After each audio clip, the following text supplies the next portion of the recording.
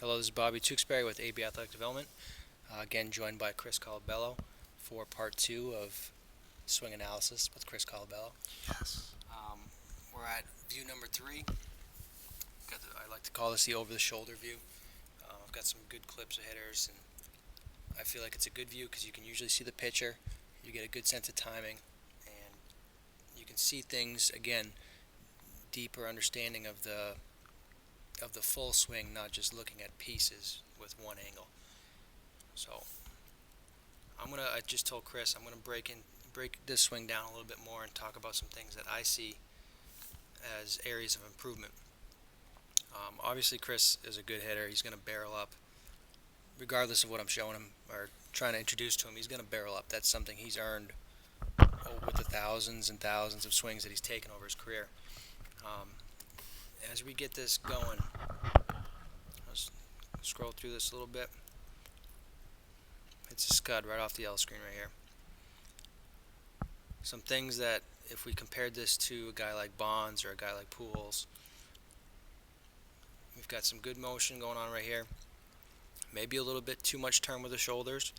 Um, Counter rotate, maybe a little bit too much. Good action with the pelvis getting closed. And as we start to turn, we can see where having the shoulders so closed, there's going to be some tension in this front side. And if there's tension in the front side, when you start to move forward, that tension is going to grab and start to rotate the shoulders a little bit. That can bring the hands forward a little bit too much, and it just gets the pivot point of the swing is getting pushed a little bit forward, or pulled a little bit forward in this case.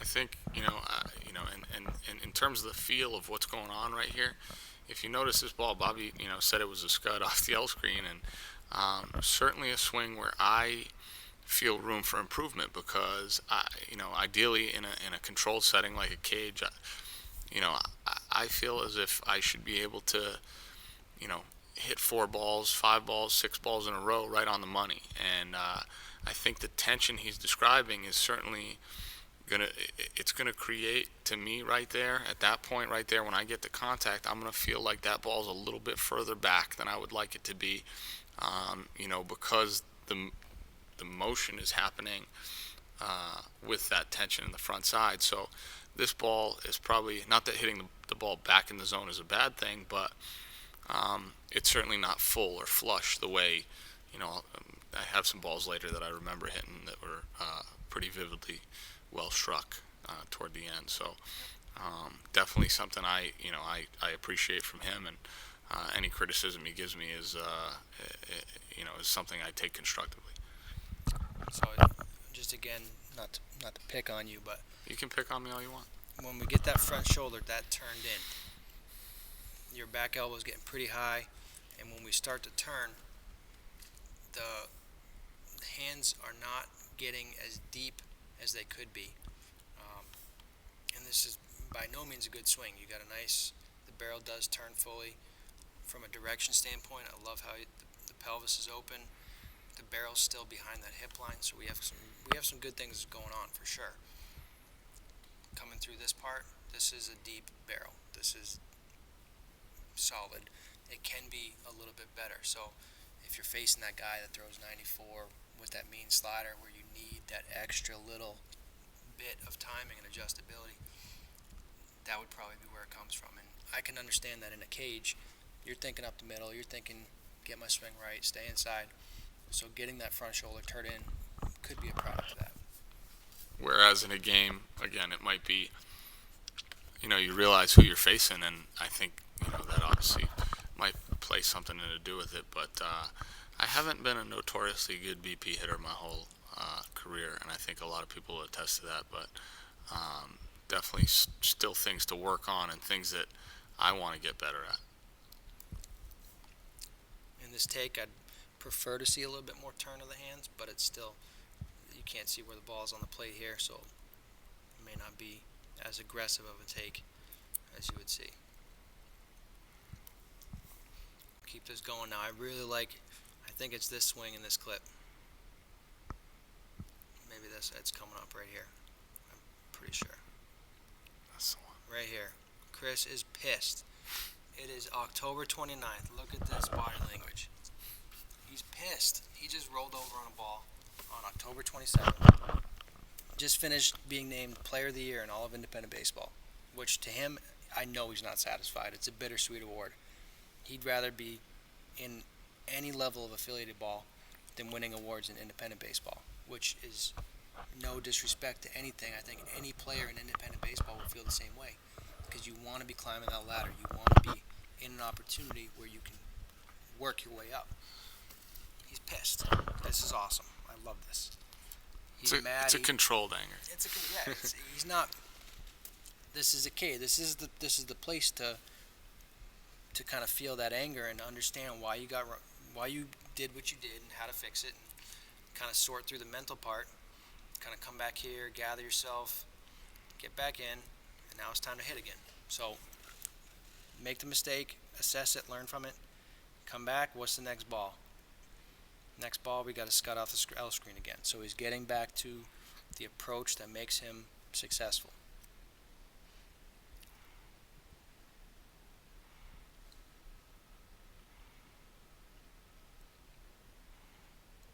Maybe making sure.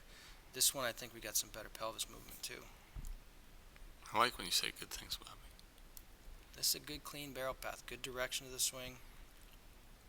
Pretty sure you smoked a couple balls at the end of the swing too.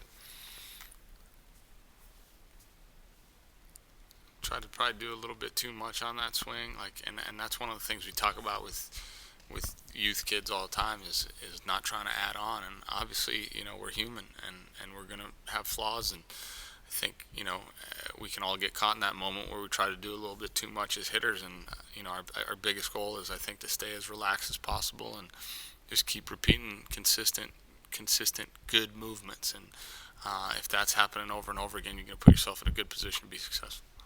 Hit the ball hard, you want to hit the ball harder. Controlling the process. It's not exciting. Hitting the ball hard is exciting. You get that sound off the bat, that's exciting. And you want to be better. You have to be better with the process, not with the result. Absolutely, 100%. And that's, something I was fortunate enough to learn from, the managers I had. And Rich Kedman was a big part of that for me, and really understanding what process meant and how to take care of it. Just another line drive, no big deal. Line drives all day. Still not happy. As I noted before, a little tension in my body that I wouldn't like to have, but that's just a byproduct of being in the gym again a lot. I definitely see what you're talking about with the shoulder angle, and I think that's something I can definitely work on, and getting that too much turn. And that's something that I really key in on during the season, is making sure I don't get too far turned in with that that front shoulder, and because I feel like it limits me in my ability to get to the ball in a little bit, especially. And in has definitely been a strong suit for me my whole life. So, whenever I create that bad angle, I definitely notice it, especially in a less controlled environment, like facing a guy that throws 92 or 93. Overall, the sequence is pretty good. I mean, minor adjustments here or there. It's all thanks to you. It's in golf. It's being able to shape your shot, being able to consistently get the club face of the ball. You work out the finer details with more swings, and as a hitter, you want to find that sweet spot, that groove swing, where everything is clean, everything is smooth, and the more swings you take with this process, the better it's going to get. Certainly felt like I had my fair share of them this year. We were talking about that before. Just by putting myself in better positions more consistently, I had more of those swings where, the result became, a ball that I drove without even thinking about doing it, without even thinking about hitting a ball over a wall. It became a homer. It became a double up the gap. And again, I credit that a lot to the work that I did last winter, and being able to open my mind to the concept that there might still be something out there that can help me. And I think as hitters, we always have to do that. And as long as you're willing to open your mind and have the idea that there's something better out there, there's information that can help you, I think you're moving in the right direction. Chris, I want to ask you, at what point in this swing do you feel like you're committed? At what point do you feel like you need to? You're beyond the point of stopping. I would say probably that last frame right before that, like right there. Keep you can go forward again. Yep. If you go, I'd say right now I'm probably committed to the swing to the point where I'm going to get called for a check swing anyway. I can still stop and take the pitch with maybe forward action in the barrel and get called for a check swing. But again, that's a good thing to be able to be able to say I'm going to stop right here and I'm going to take this pitch, and I still might get called for a strike, but I think that frame was probably it. I would have to feel it a little bit better, but Yep. I think right where the barrel's getting deep, the barrel's one of the things that I'm starting to talk about is the swing going behind the back forearm and not getting pushed forward. These frames right here is where you can really see that the pelvis is open relative to the swing direction.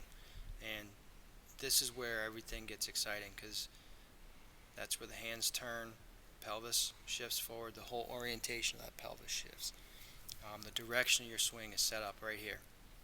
The hands will turn and take that barrel deep so that everything is through the middle. From back here, it's tough to see. You can barely make out the barrel back here. Go back one more frame. We're looking at Pujols earlier and how impressive he is at getting that barrel on plane using tilt versus dropping the hands for various pitch locations.